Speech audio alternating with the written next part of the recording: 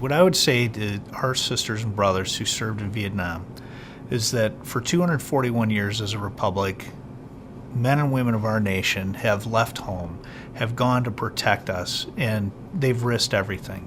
And for almost all of those 241 years, our nation has done a commendable job of recognizing their sacrifice and their service, with one exception.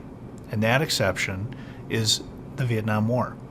And what I want to say to our veterans of the Vietnam War is, your nation, your state, your community, we remember, we acknowledge, and we thank you for your sacrifice. And whether you served in country, in Vietnam, where if you were a soldier in country, in Vietnam, in 365 days, on average, you were in contact with the enemies of the United States for 240 days.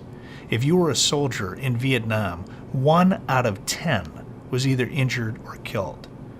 So every one of those veterans from that era who served in country, but also the veterans who never left CONUS, or the veterans who were standing their watch in West Germany to defeat the Soviet Union and communism, thank you.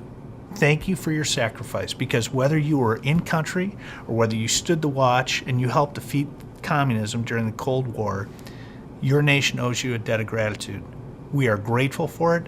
We thank you. We are sorry it took us 50 years, sometimes, to recognize this. I get thanked and have been thanked so many times for being a veteran, from 1984 until 2012 when I took off my dress blues for the last time.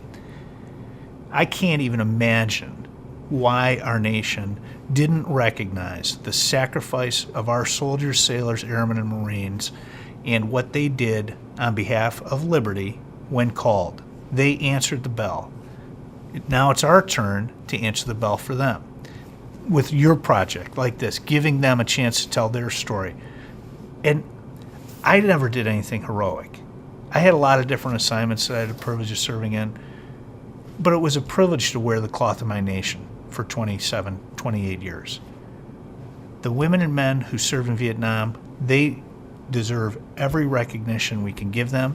We are grateful and we thank them.